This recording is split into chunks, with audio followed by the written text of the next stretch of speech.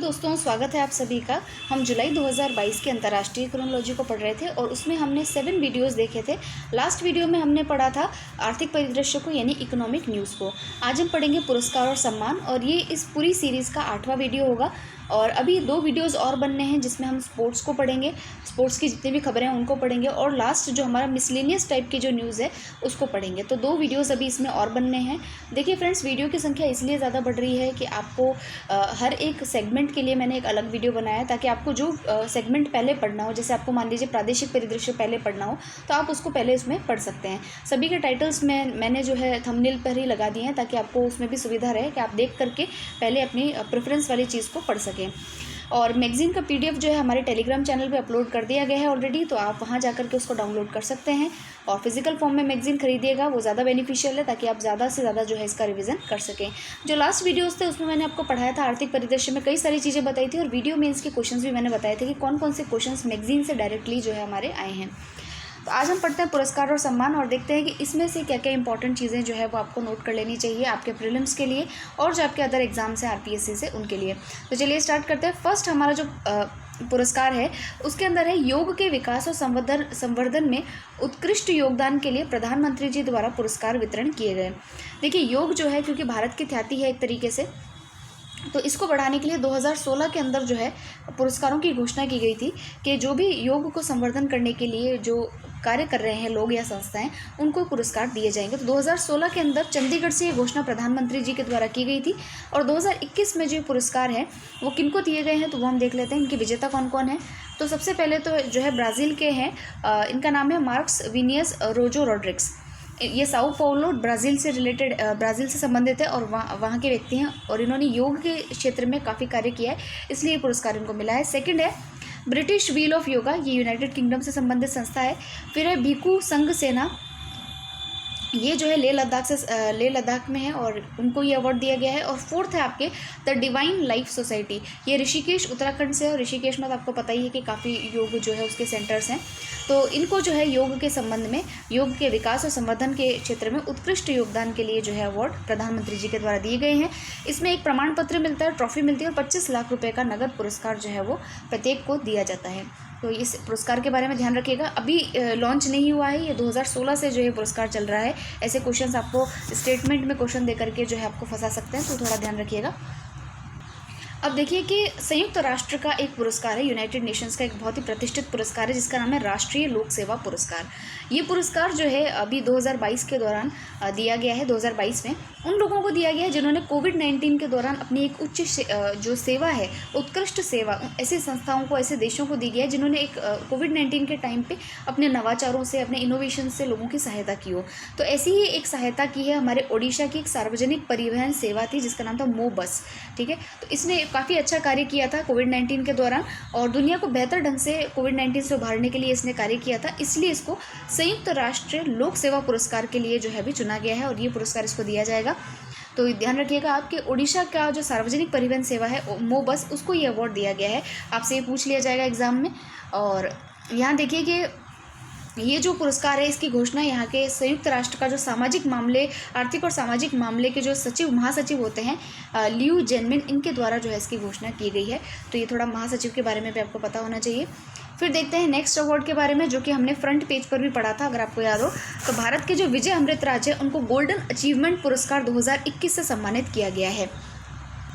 तो देखिए फ्रेंड्स, ये जो विजय अमृतराज है इनको गोल्डन अचीवमेंट पुरस्कार मिला है। ये पुरस्कार अंतर्राष्ट्रीय टेनिस हॉल ऑफ फेम और अंतर्राष्ट्रीय टेनिस संघ के द्वारा दिया गया है, यानी इंटरनेशनल जो टेनिस संघ है उसके द्वारा ये पुरस्कार दिया गया है। और ये पुरस्कार उन लोगों को दिया जाता है जो कि टेनिस को प्रशासन, शिक्षा और इस क्षेत्र में जो है आगे ले जाते हैं। तो अगर आप विजय अमृतराज की बात करें तो ये जो है इन्होंने टेनिस के लिए काफ़ी कार्य किया है। इन्होंने जो टेनिस का जो पेशेवर टेनिस है उसको ATP टूर में जो है परिवर्तित किया। अभी ATP टूर्नामेंट्स होते हैं, आपने सुना होगा, तो उसमें इन्होंने कन्वर्ट किया था, इसीलिए इनको ये जो है प्रतिष्ठित पुरस्कार से नवाजा गया है। तो ये टेनिस के क्षेत्र का पुरस्कार है और भारत के विजय अमृतराज को ये पुरस्कार मिला है, ये नाम आपको ध्यान रखना है। फिर देखिए नेक्स्ट है मिसेज इंडिया वर्ल्ड का अवार्ड अभी किसको मिला है, नाम ध्यान रखिएगा, Mrs India World, Miss India या मिस वर्ल्ड नहीं, मिसेज इंडिया वर्ल्ड का पुरस्कार किसे मिला है। तो देखिए ये पूरे देश भर में जो भी मैरिड वुमेंस है तो उनके लिए प्रतियोगिता थी। तो ये मुंबई के गोरेगांव में नेस्को सेंटर में जो है आयोजित किया गया था। और इसमें जो है जो इसमें जिन्होंने ये अवार्ड जीता है उनका नाम है मिसेस सरगम कौशल। उन्होंने ये अवार्ड जीता है। तो मिसेस सरगम कौशल ने अवार्ड जीता और ये आगे जाकर के जो मिसेस वर्ल्ड जो प्रतियोगिता होगी 2022 की, उसमें ये भारत का प्रतिनिधित्व करेगी। तो ये ध्यान रखिएगा कि ये तो जो है इंडिया में मिसेस वर्ल्ड वाली प्रतियोगिता में जीती हैं, अब आगे जाके इनको जो है पूरे विश्व स्तर पर ये भारत का प्रतिनिधित्व करेगी। नेक्स्ट देखिए, नेक्स्ट अवार्ड है किंग हमद बिन ईसा अल खलीफा पुरस्कार। काफ़ी बड़ा पुरस्कार है, नाम थोड़ा सा है, देखते हैं आगे क्या है इसमें। अब फ्रेंड्स सबसे पहले जो है हम इस पुरस्कार के बारे में जान लेते हैं। किंग हमद बिन ईसा अल खलीफा पुरस्कार जो है बहरीन साम्राज्य जो है, बहरीन आप जानते हैं बहरीन जो कंट्री है उसके समर्थन से 2005 में इसको स्थापित किया गया था। और इसमें जो है जो भी लोग या संगठन या व्यक्ति जो हैं जो डिजिटल युग में सीखने के लिए शिक्षण सामग्री के क्षेत्र में या फिर इंफॉर्मेशन कम्युनिकेशन टेक्नोलॉजी का उपयोग करके कोई भी रचनात्मक कार्य कर रहे हैं तो उनको यूनेस्को की तरफ से जो है वो पुरस्कृत किया जाता है। और यूनेस्को का जो मुख्यालय है पेरिस में, वहाँ पर $25,000 अमेरिकी और पदक और डिप्लोमा के साथ जो है उनको पुरस्कृत किया जाता है। तो ये जो है बहरीन साम्राज्य की तरफ से जो है ये अवार्ड जो है यूनेस्को की तरफ से तो दिया जाता है, लेकिन इनिशिएट जो है बहरीन साम्राज्य के समर्थन से जो है 2005 में किया गया था। हाल ही में जो आपका PM ई विद्या है जो कि कोविड-19 के दौरान जो है जितने भी हमारे डिजिटल ऑनलाइन जो शिक्षण सामग्री थी वो बच्चों को प्रोवाइड कराने के लिए PM ई विद्या लॉन्च किया गया था, जो हमारा क्या कहते हैं भारत सरकार का जो शिक्षा मंत्रालय है उसके द्वारा इसको लॉन्च किया गया था। तो ये एक अपने आप में एक बहुत ही अद्भुत पहल थी। तो इसको जो है अभी रिकॉग्नाइज़ किया गया है और इसको जो किंग हमद अल बिन खलीफा पुरस्कार है उसके लिए जो है इसको चुना गया है। तो यहाँ देखिए आप, केंद्रीय शैक्षिक प्रौद्योगिकी संस्थान CIET, स्कूल शिक्षा और साक्षरता विभाग, शिक्षा मंत्रालय, भारत सरकार के अंतर्गत राष्ट्रीय शैक्षिक अनुसंधान और प्रशिक्षण परिषद यानी NCERT की एक घटक इकाई को यूनेस्को के वर्ष 2021 के लिए शिक्षा में ICT के प्रयोग यानी इंफॉर्मेशन और टेक्नोलॉजी के प्रयोग, इंफॉर्मेशन कम्युनिकेशन टेक्नोलॉजी के उपयोग के लिए किंग हमद बिन अल खलीफा पुरस्कार से जो है वो सम्मानित किया जाएगा। तो ये आप जानते हैं कि 2030 तक हमको एक एजेंडा है जिसको कि हम सतत विकास लक्ष्य कहते हैं। तो उनमें जो लक्ष्य 4 है जिसमें कि कहा गया है कि शिक्षा को जो है बच्चों की शिक्षा के लिए कार्य किया जाना चाहिए, तो उसके विस्तार के लिए जो है ये कार्य किया गया था PM ई विद्या। तो इसके तहत जो है ये पुरस्कार भारत को मिलेगा इसमें। तो ये यूनेस्को के द्वारा पुरस्कार है, ध्यान रखिएगा। किंग हमद बिन ईसा अल खलीफा पुरस्कार जो है ये किसके लिए, अभी पूछ लिया जाएगा कि हाल ही में ये पुरस्कार किस संस्था को सम्मानित किया गया है। तो आप देखेंगे इसमें कि शिक्षा मंत्रालय के द्वारा जो PM ई विद्या जो स्टार्ट किया गया था अभियान, उसको इसके अंदर जो है वो सम्मानित किया जाएगा। फिर हम नेक्स्ट देखते हैं कि महाराष्ट्र के जो राज्यपाल हैं उन्होंने जो उद्योगपति है सर रतन टाटा, उनको डॉक्टरेट की मानद उपाधि जो है उससे सम्मानित किया है। और टाटा समूह के ये चेयरमैन हैं, इनके बारे में तो खैर कौन नहीं जानता। महाराष्ट्र के जो राज्यपाल है भगत सिंह कोश्यारी यानी जो महाराष्ट्र की सरकार है उनके द्वारा जो है इनको साहित्य के मानद डॉक्टर के उपाधि से जो है वो सम्मानित किया जाएगा। फिर देखिए इसके बाद रतन टाटा को वर्ष 2000 में भारत सरकार ने उद्योग एवं व्यापार क्षेत्र में पद्म भूषण सम्मान से जो है सम्मानित किया था। उन्हें लंदन स्कूल ऑफ इकोनॉमिक्स से मानद डॉक्टरेट की उपाधि हासिल है और नवंबर 2007 में फॉर्च्यून पत्रिका ने उन्हें व्यापार क्षेत्र के 25 सबसे प्रभावशाली लोगों की सूची में जो है वो शामिल किया है। तो और अगर आप इनके बारे में देखें तो मई 2008 में सर टाटा को टाइम पत्रिका की 2008 की विश्व के 100 सबसे प्रभावशाली लोगों की सूची में भी शामिल किया जा चुका है। और इनके बारे में जैसे कई सारी बातें हैं, लेकिन बस हाल ही में इतना ही ध्यान रखेंगे तो ठीक रहेगा कि महाराष्ट्र के जो राज्यपाल हैं उन्होंने इनको डॉक्टरेट की मानद उपाधि से जो है सर रतन टाटा को सम्मानित किया है। फिर देखिए कि ममता बनर्जी विशेष बांग्ला अकादमी पुरस्कार से सम्मानित की गई हैं। अब देखिए ये जो पुरस्कार है ये ममता बनर्जी को दिया गया है, विशेष बांग्ला अकादमी पुरस्कार।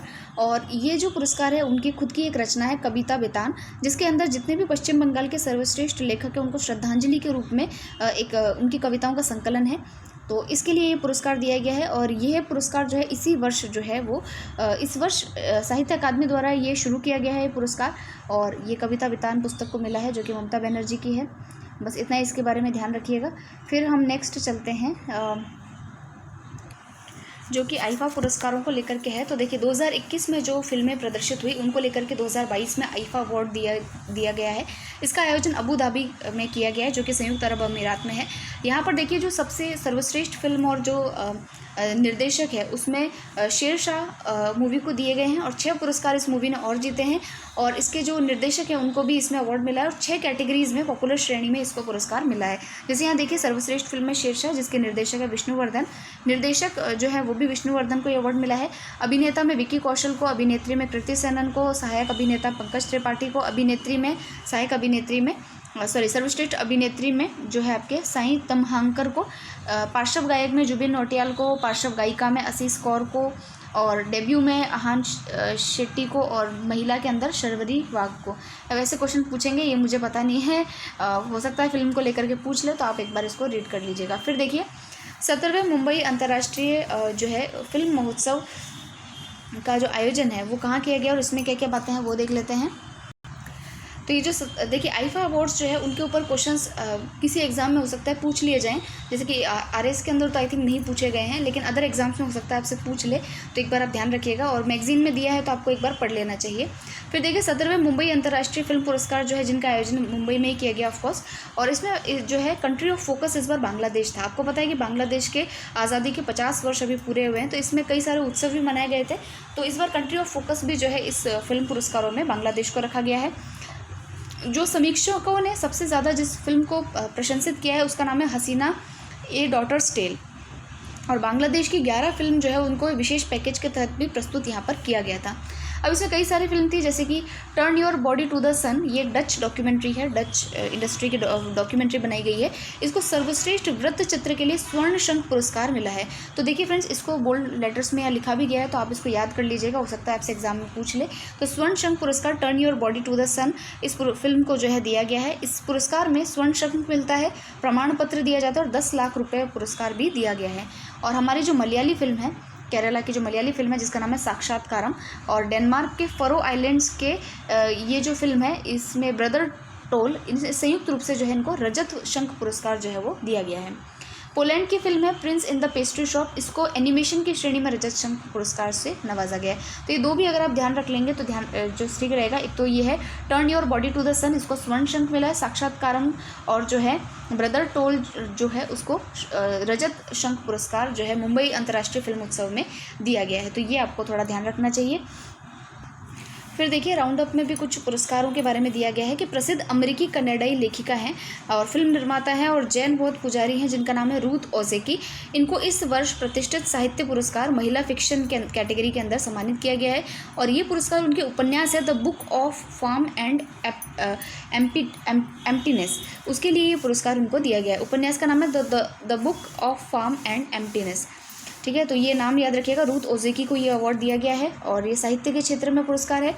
फिर देखिए विश्व स्तरीय ब्रिटिश चिकित्सक उपकरण निर्माता कंपनी है पेनलॉन, और इसके सीईओ है गुरुस्वामी कृष्णमूर्ति। उनको the most excellent order of the British empire civil division पुरस्कार जो है वो दिया गया है। Honorary member of the order of the British empire ये जो है इनको प्राप्त हुआ है। ये गुरुस्वामी जो हैं ये मदुरई के रहने वाले हैं, और ये जो ब्रिटिश ऑनररी अवार्ड है ये वर्ष में 2 बार प्रदान किया जाता है, पहला नववर्ष के दौरान और फिर जून में, और महारानी के आधिकारिक जन्मदिन की तारीख को जो है ये अवार्ड प्रदान किए जाते हैं।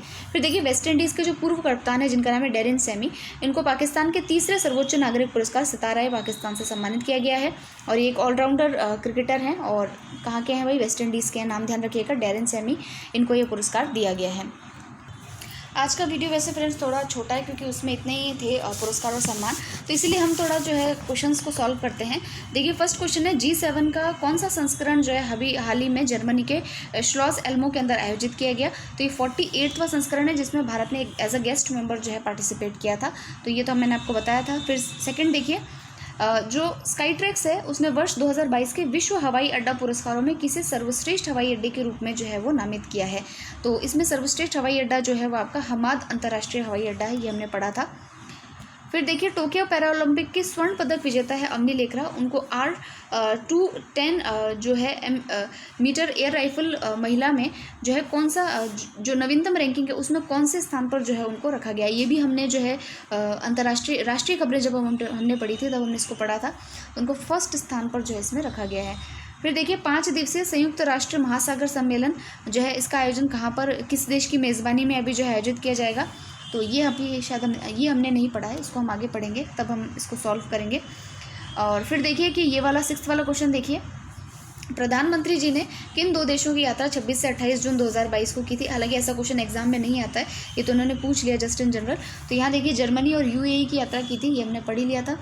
और ऐसे तो उपराष्ट्रपति जी ने भी कई वहाँ पर यात्रा की थी, सेनेगल और ऐसे देशों की, तो वो भी होना चाहिए, पर ऐसे क्वेश्चन नहीं आते हैं यात्रा वाले।